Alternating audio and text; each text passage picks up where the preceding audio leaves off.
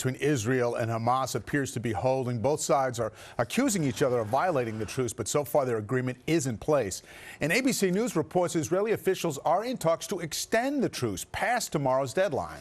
Today, we're expecting Hamas to release another round of hostages. They've released 69 so far since the ceasefire began last Friday. Meanwhile, the Biden administration is putting more pressure on Israel to avoid civilian casualties if the ceasefire ends. Hamas claims about 15,000 people have died so far in Gaza. Eyewitness News reporter Darla Miles live in the newsroom with the very latest. Darla. Well, David, there is a chance, yes, that this ceasefire could go even longer. Israel says it would agree to a one-day extension for every 10 hostages released by Hamas. One of those hostages is an 11-month-old boy named Kafir, and at the time he was kidnapped, he was just 9 months old, and he is still being held hostage.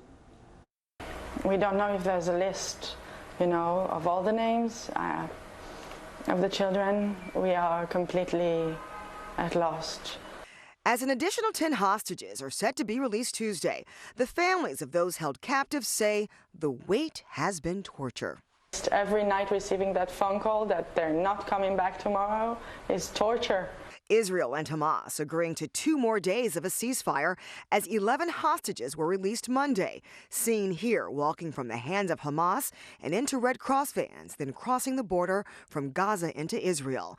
Of the 11 rescued, 2 women and 9 children. We know that physically they're okay. Their first reunion was with their mother, and I think that's the most critical piece of it, that they got hugs and love and the feeling of some safety after 52 days in captivity. So far, Hamas has released 69 hostages taken from Israel in exchange for Israel releasing 150 Palestinian prisoners.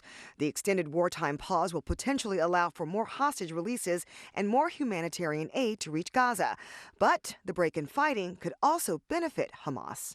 Any pause in the fighting could benefit your enemy in terms of time to refit, to rest your fighters, to rearm them, re-equip them. This as CIA Director William Burns returns to Qatar Tuesday to try to broker another extension to the ceasefire, perhaps even a permanent one.